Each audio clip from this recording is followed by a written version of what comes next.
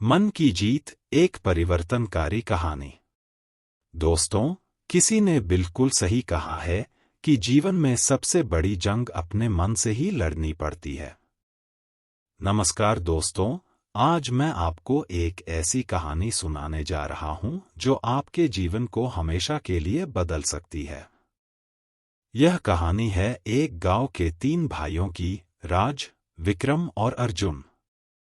तीनों ही अलग अलग स्वभाव के थे। राज हमेशा जल्दबाजी में रहता, विक्रम हर चीज में संदेह करता और अर्जुन धैर्यवान और विचारशील था। एक दिन उनके गांव में एक वृद्ध सन्यासी आए। उन्होंने गांव के चौराहे पर एक पिंजरा रखा, जिसमें एक अद्भुत सोने की चिड़िया थी। चिड़िया इतनी सुंदर थी कि सूरज की किरणें उस पर पड़ती तो पूरा चौराहा सोने की तरह चमक उठता। सन्यासी ने घोषणा की कि यह चिड़िया उसी को मिलेगी जो 30 दिन तक रोज सुबह आकर बिना किसी लालच के केवल सेवाभाव से इसकी देखभाल करेगा। लेकिन एक शर्त थी, इस पूरे समय में चिड़िया को छुआ नहीं जा सकता, बस पिंजरे की सफाई और दाना पानी दिया जा सकता है। पहले दिन राज सबसे पहले पहुंचा। उसने चिड़िया को देखा और सोचा कि यह तो असली सोने की है, काश मैं इसे अभी उठा लूं। लेकिन सन्यासी वहीं बैठे थे, इसलिए वह कुछ नहीं कर सका। राज ने सेवा शुरू की, लेकिन उसका मन हर पल चिड़िया को पाने में लगा रहता। तीसरे दिन जब सन्यासी कहीं गए हुए थे, राज ने सोचा कि क्यों 1 महीना इंतजार करे, वह अभी इसे ले ले और भाग जाए। उसने पिंजरे का दरवाजा खोला और चिड़िया को पकड़ने की कोशिश की। लेकिन जैसे ही उसने चिड़िया को छुआ, वह तुरंत साधारण लोहे में बदल गई। राज हैरान रह गया।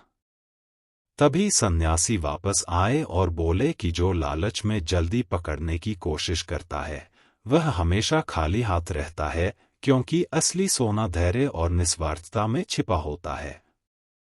राज निराश होकर वापस चला गया। अब बारी थी विक्रम की। वह रोज आने लगा, लेकिन उसके मन में हजारों सवाल थे। कहीं यह सन्यासी धोखेबाज तो नहीं, कहीं यह चिड़िया नकली तो नहीं, महीने भर सेवा के बाद भी कहीं ये उसे चिड़िया देंगे भी या नहीं। 1 सप्ताह बीत गया, लेकिन विक्रम का मन कभी एक जगह नहीं टिकता था। वह कभी चिड़िया को संदेह से देखता, कभी सन्यासी को। 10वें दिन एक व्यापारी ने उससे कहा कि वह पागल मत बने, यह कोई जादू टोना है, कोई चिड़िया सोने की कैसे हो सकती है।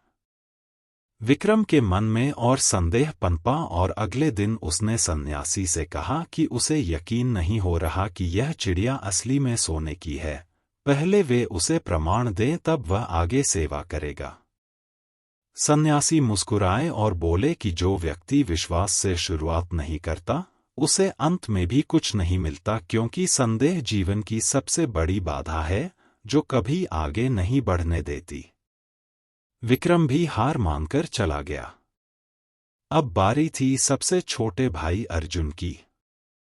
पहले दिन जब वह आया तो उसने चिड़िया को देखकर सोचा कि काश यह उसकी हो जाए, वह इसे बेचकर अमीर बन जाएगा। लेकिन अगले ही पल उसने खुद को रोका और सोचा कि नहीं, उसे सन्यासी जी की बात माननी चाहिए और बिना किसी लालच के सेवा करनी चाहिए। पहले सप्ताह में अर्जुन के मन में हर रोज लालच के विचार आते। चिड़िया को देखते ही उसका मन कहता कि बस एक बार छू लो, देखो असली सोने की है या नहीं, लेकिन हर बार अर्जुन रुक जाता।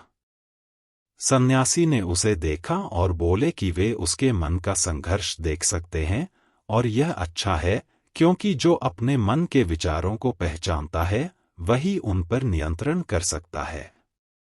अर्जुन ने पूछा कि वह इन विचारों को कैसे रोके, तो सन्यासी ने उसे समझाया कि जब भी कोई लालच का विचार आए तो वह बस उसे देखे, न उससे लड़े, न उसे पकड़े, बस एक साक्षी की तरह देखता रहे कि उसके मन में क्या चल रहा है।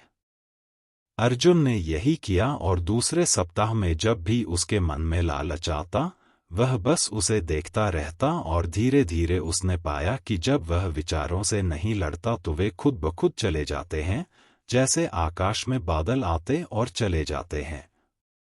तीसरे सप्ताह में कुछ अद्भुत हुआ। अर्जुन को चिड़िया की सेवा करने में आनंद आने लगा और अब वह सोने के लिए नहीं बल्कि सेवा के लिए आता था। एक दिन उसने देखा कि चिड़िया उदास लग रही थी और उसे लगा कि शायद पिंजरे में रहकर चिड़िया दुखी है। उस दिन उसके मन में एक नया विचार आया कि काश यह चिड़िया आजाद हो जाए। चौथे सप्ताह के आखिरी दिन सन्यासी ने अर्जुन से कहा कि आज उसकी असली परीक्षा है। वे उसे इस पिंजरे की चाबी दे रहे हैं। वह चाहे तो चिड़िया को ले जा सकता है या चाहे तो उसे आजाद कर सकता है, फैसला उसका है। अर्जुन ने एक पल के लिए चिड़िया को देखा। उसके मन में एक बार फिर लालच का विचार आया, लेकिन इस बार वह पहले से अलग था। उसने अपने मन को देखा, अपने विचारों को समझा और फिर धीरे से पिंजरे का दरवाजा खोल दिया।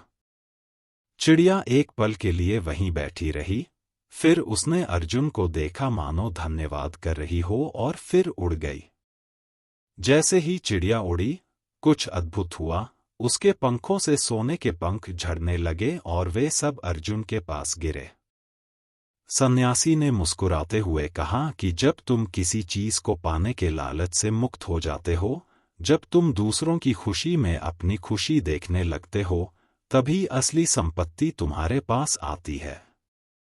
जो छोड़ना सीख जाता है, पूरी दुनिया उसकी हो जाती है। दोस्तों, महात्मा बुद्ध कहते हैं कि मन ही सब कुछ है। आप जो सोचते हैं वही बनते हैं। इसलिए आपका सबसे बड़ा दुश्मन भी आपको उतना नुकसान नहीं पहुंचा सकता जितना कि आपके मन के यह अनियंत्रित विचार पहुंचा सकते हैं। महात्मा बुद्ध कहते हैं, अपने भीतर ध्यान से देखो। हमारे भीतर जो विचार चल रहे हैं, वही विचार शब्द बनते हैं और शब्द कर्म के रूप में प्रकट होते हैं। बार बार दोहराने पर कर्म व्यवहार में बदलता है और धीरे धीरे समय के साथ व्यवहार चरित्र में परिवर्तित हो जाता है और यही चरित्र हमारे भाग्य का निर्माण भी करता है। इसलिए हमें हमेशा अपने विचारों के प्रति सजग होना बहुत आवश्यक है। हमें जागरूक होना बहुत आवश्यक है। हमें यह जानना जरूरी है कि हमारे मन में किस प्रकार के विचार आ रहे हैं। आगे महात्मा बुद्ध कहते हैं कि कमजोरी हमेशा छोटे विचार से शुरू होती है। यह एक बीज के रूप में होती है और यदि इस बीज को नष्ट ना किया जाए तो यह छोटा सा विचार बहुत जल्द ही एक विशाल वृक्ष का रूप ले लेता है और हमारी बुद्धि की सोचने और समझने की क्षमता को पूरी तरह से नष्ट कर देता है। जिस प्रकार आपने इस कहानी में देखा कि राज का मन उस पर हावी हो चुका था और उसकी सही और गलत सोचने की क्षमता पूरी तरह से नष्ट हो चुकी थी, जिस कारण वह यह समझ नहीं पाया कि उसे क्या करना चाहिए। इसीलिए जब आपके मन में पहली बार कोई गलत विचार उत्पन्न हो तभी उसे जड़ से उखाड़ देना चाहिए, अन्यथा वह विशाल वृक्ष का रूप लेगा और आपको किसी न किसी गलत राह पर ढकेल ही देगा। आप चाहकर भी उसे रोक नहीं पाएंगे। लेकिन अब आपके मन में यह प्रश्न उठ रहा होगा कि हम भला अपने मन के विचारों को कैसे नियंत्रित करें।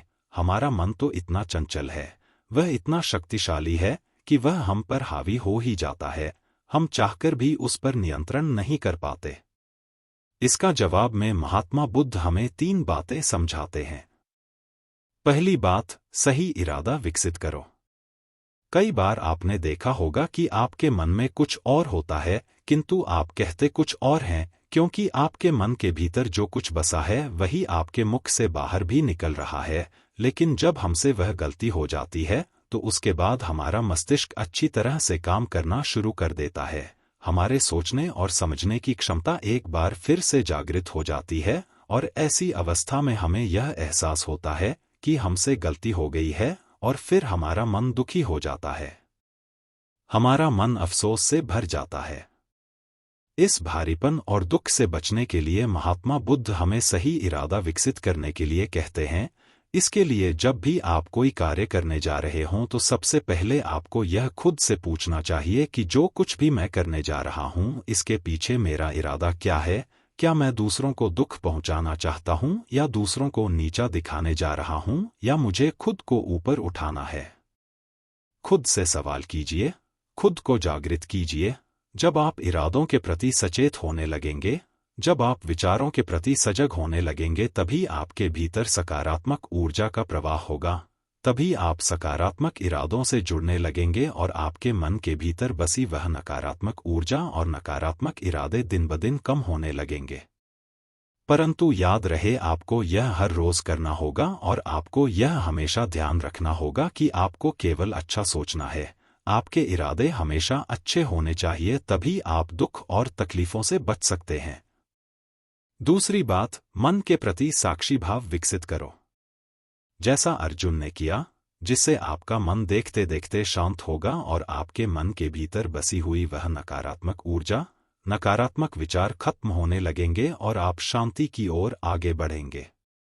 आपको इसके लिए बस इतना ही करना है कि इस पल में जो कुछ भी हो रहा है आपकी आंखों के सामने, आपके भीतर जो कुछ भी जैसा भी चल रहा है, बस उसे देखते रहना है। अपने मन के अच्छे बुरे विचार, अपनी भावनाएं और अपनी यादों पर बिना प्रतिक्रिया दिए उन्हें केवल देखते रहना है, जिससे आपके मन के सारे विचार देखते ही देखते खत्म होने लगेंगे।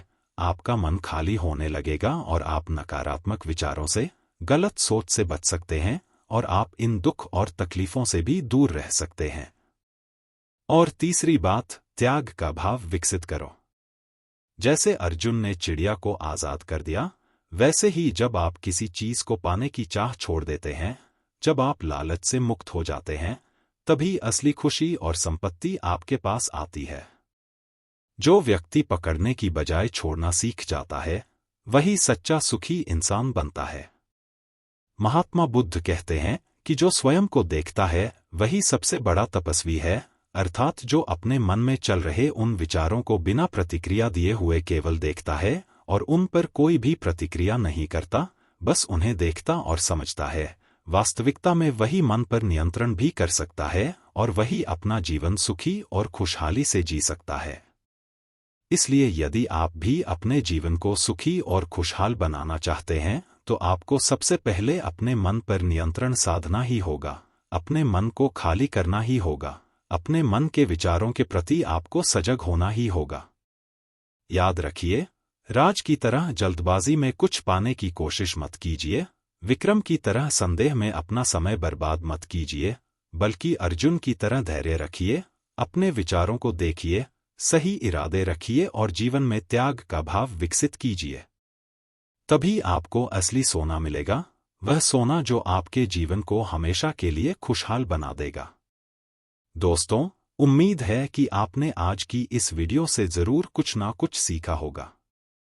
तो इस वीडियो को लाइक और अपने दोस्तों के साथ शेयर भी जरूर कीजिएगा और हमें ऐसे ही सपोर्ट करने के लिए चैनल को सब्सक्राइब और घंटी बटन को जरूर दबा दीजिएगा। चलिए मिलते हैं फिर अगली वीडियो में, तब तक के लिए अपना ख्याल रखें। धन्यवाद और नमो बुद्धाय।